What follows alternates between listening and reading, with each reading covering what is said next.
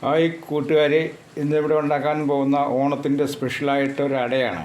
അത് എല്ലാവരും അടകളുണ്ടാക്കും. അതിൽ നിന്ന് വ്യത്യസ്തമായ രീതിയിലുള്ള ഓണ സ്പെഷ്യലായിട്ടുള്ളൊരു അടയാണ്. അതിനാവശ്യമുള്ള സാധനങ്ങളാണ് ഈ ഇരിക്കുന്നത്. നമുക്ക് ആദ്യം വേണ്ടത് 250 ഗ്രാം ആട്ട. അതിൻ്റെ കൂട്ടത്തിൽ നമ്മളൊരു 50 ഗ്രാം പച്ചരി എടുത്തിട്ടുണ്ട്. ആ പച്ചരി ഒന്ന് പൊടിച്ച് മിക്സ് ചെയ്യുക. അതിനുശേഷം അതിനകത്തേക്ക് ഒരു നുള്ള് ബേക്കിംഗ് പൗഡറോ ഇടുക.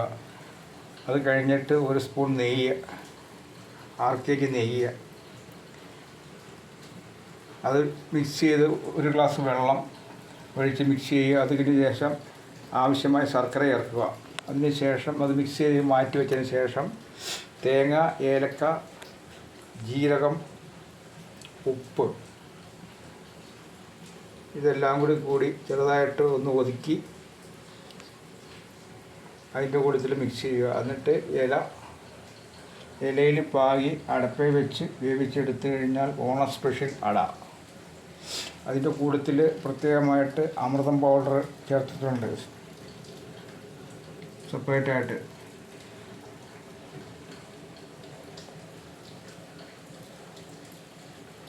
ഓണാശംസകൾ നേരുന്നു. ലൈക്ക് ചെയ്യുക, ഷെയർ ചെയ്യുക, കമൻറ്റ് ചെയ്യുക. അടുത്തൊരു വീഡിയോയുമായി വീണ്ടും വരുന്നതാണ്.